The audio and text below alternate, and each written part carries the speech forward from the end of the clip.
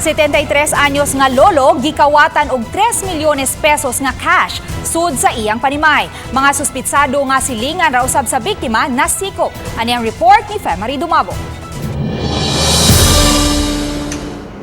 Daling ni pakitabang sa Toledo City Police Station ang 73 anyos nga si Zenito Pahaganas netong weekend.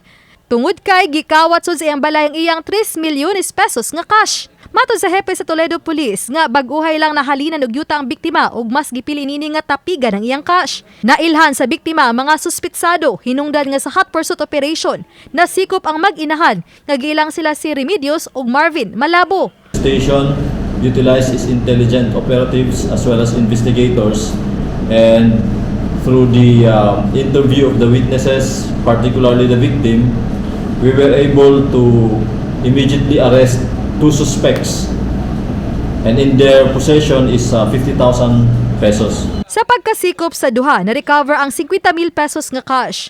Ug sa follow-up operation gahapon, na-recover pa ang kapin sa 1.8 milyones pesos nga cash. Nakuha nila gikan sa usa ka minor de edad nga gingong gikonsabo sa duha ka suspitsado. Civilian from the Toledo City gave us a tip that that some of the money stolen are hidden in a certain house.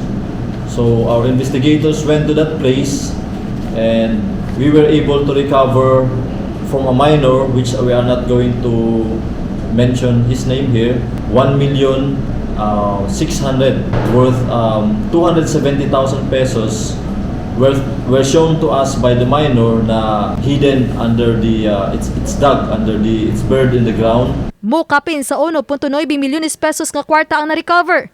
Padayon pa silang pakisusi og operasyon ng kapulisan aron pagtumbok sa nahimutangan sa ubang kwarta. Kasong robbery by unlawful entry ang gipasaka nga kaso batok sa mag-inahan. Uban ni Godfrey Rilien, ako si Femari Dumabok. Balitang Bisdak.